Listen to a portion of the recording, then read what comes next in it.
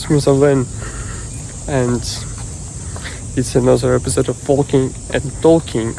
And look, I found a beautiful place. Just a bridge. Look around. It's still a bit early, but I love mornings.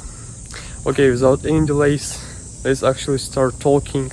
I would like to talk about what still shocks me about living in Japan after 2 years of being here.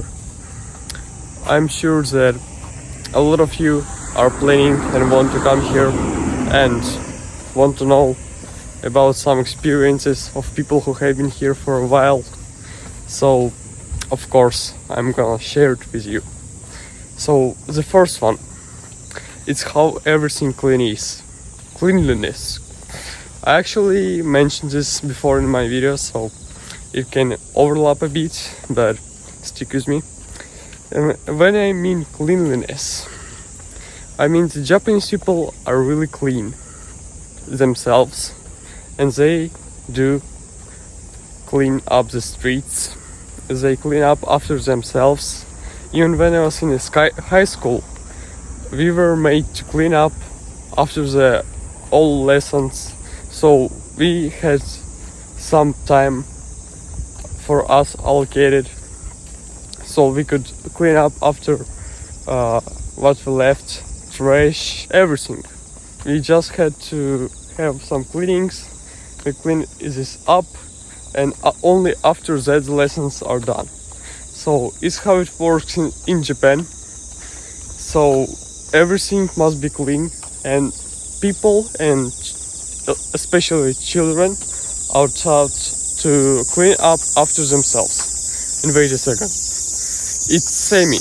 This voice is really noisy, so we have to get out from here. Ooh. So in Japan, children are taught to be clean and clean up after themselves. So you barely find someone throwing out trash when it's not appropriate. So in Japan, as you may see right now, I'm walking here. Of course, because it's a countryside, there are not a lot of people living here. However, it's still clean, and it's a fact that there are a lot of already ladies and old men that are waking up early in the morning just to clean up the streets. So Japanese people are obsessed with cleanliness, and it still shocks me, because if you're living in such countries, I don't know, as Ukraine, just as me for example, people don't care. They throw up the trash everywhere. Anywhere they go, they just can leave a bottle of beer or throw the cigarette after they have smoked it. So people literally are throwing trash everywhere. But in Japan, you won't even find a bin to throw a trash. You have to put this into your backpack and bring it home and throw it away there. Okay. What still shocks me as well is convenience. How convenient everything is. You can't believe me how convenient it's living in Japan. Every time I'm struggling with my sleep, sometimes I have those nights I can sleep well, I'm just waking up, going to convenience store that is open 24 hours, buy a drink that helps with sleep, drink it, and voila, I am sleeping well. Why they're convenient? Because there are a lot of them, and it's really easy to find them. You can also buy a ticket, you can pay for your taxes, you can print something, anything, a convenience store. And also, what is real convenient, when you're traveling here in Japan, it won't be a problem anymore, because traveling in Japan is really simple, I suggest. If you're traveling by train or any other common transport, you should not encounter any problems, because everything is very simple, made for everyone. So even if you're a child, you must handle it. So it's another part of convenience. And of course, don't forget about vending machines. Those vending machines, they're lifesavers. Sometimes when you're going climbing and it's summer like right now, it's really hot.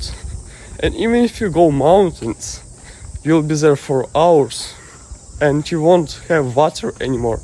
Be sure you will find a vending machine over there. So convenience stores, traveling, and vending machines, they are just symbols of Japan, of convenience, of beauty of this country. Because who wants to live in a country that is not convenient? Of course, there's some not convenient stuff in Japan as well, but mostly it's really convenient. After 2 years of living in Japan, I can surely say that it's the most convenient country I've ever been in my whole life. Okay, another one is quietness. As you may see, probably because it's morning, you can see around, of course, the beautiful street here. You may see that, or you may hear that instead of semi, those noisy bugs, it's really quiet. You see, no one is having a party, no one is yelling, no one is drunk. It's nothing. You can sleep very well here. I mean, what I really love about quietness in Japan, people understand though that there are people around them. So Japanese people care about not only about themselves, they're caring about people that are here around them, as I said. So, oh, I don't know. Oh, they have some, what is it, crops? Yep. Okay. So, as you may see, everything is quite quiet. It's only me who is talking with a high voice here, and I'm bothering some people probably.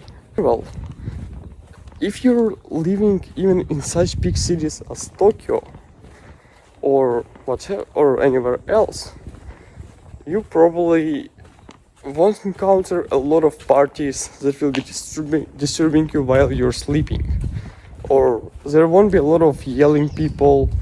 Of course, if it's Friday, you're going to Shinjuku or any of those places that are full of people after work, there will be a lot of drunk people, office workers that are just having fun after their work week. So probably there it will be a bit loud. However, if you're living more in a rural areas, even of such cities as Tokyo, it will be really quiet. Japanese people themselves are quiet people. Most of them are introverts, so there won't be any parties at night. There won't be, those high-speed cars running on its full speed, and you hear all that noise. Well, of course, there are some Yankees. Yankees are people who don't follow the rules. They're breaking all of them. They can have those loud cars, they can have parties, because they don't care, literally. But most of the time, everything you hear is this. Nothing. Only my loud voice. It's what I love, because I'm quite an introvert person, so I don't like to go to those parties, loud places at all. And Japan is a great fit for me. So if you're also an introvert, you don't really enjoy loud places, enjoy Japan, come here. Okay. Also, what shocks me still of living in Japan here is how narrow streets are and how Japanese people good at riding a bike. You won't believe me, but when we were at Tokyo recently, or not even Tokyo, look at this street. I'm not sure that it's really narrow, but if there will be a car and a person that is riding a bike, someone will have to stop or wait for a second until one of them pass by. So what I mean is, in such cities as Tokyo, streets sometimes are very narrow, and when a car is passing by there, you have no choice but to stop and wait, because otherwise we would collide. So sometimes yes, streets are very narrow. Of course, in Japan, people are trying to save the space anywhere they go, so they are making the streets more narrow. They build more buildings on those streets, so they can sell more. And probably the last one. You know, in Japan, people are a bit different. And one of those differences that still shocks me, and sometimes I'm lying on my bed at night and try to understand this difference, and I can't have sleep because of this. It really bothers me. I mean this. When I was staying at a traffic light, waiting until it turns green, there was a child next to me, and the child said, when this traffic light turns blue, and I was like staying there and thinking, blue? What do you mean by blue? We don't have blue color there. But as it happens and I figure out the problem, the blue color is what he referred to green color. So of course there is a reason behind this, I'm sure. I even googled it before, but I'm too tired to explain this, so I just leave it as it is. But in Japan, many people, if not most of them, they're not calling green color green, they're calling it blue, because in kanji there is a part of blue in green as a thing. So when you're staying at a traffic light, people won't be calling it green. They'll rather say, oh, it's blue. For me it was kind of shocking. I wasn't thinking about traffic lights so serious until I was 17 years old when this problem occurred. But yeah, in Japan we're not calling it green, we call it blue. So it may be one of the shocking parts of Japan. And for me, even after 2 years, I still can't get used to it. I will convince you, it's not blue, it's green. So you can believe me better. Is it blue? It's not blue. I see this clearly, it's green. So why do they call it it's blue? I'm not sure that you have seen it properly, but it's not ao, it's midori. That is green. It's green, right? I'm sure. It's green color. Not blue. Blue of the sky. Oh, the sky is not really blue right now. But you got the idea. Yes, it was all for today. I hope you enjoyed the video as I enjoyed recording this. When I'm walking, I'm getting healthier. When you're listening to such videos, you probably expand your knowledge. Mutual benefit for both of us. And I'm really glad that you're listening to these videos and you like them.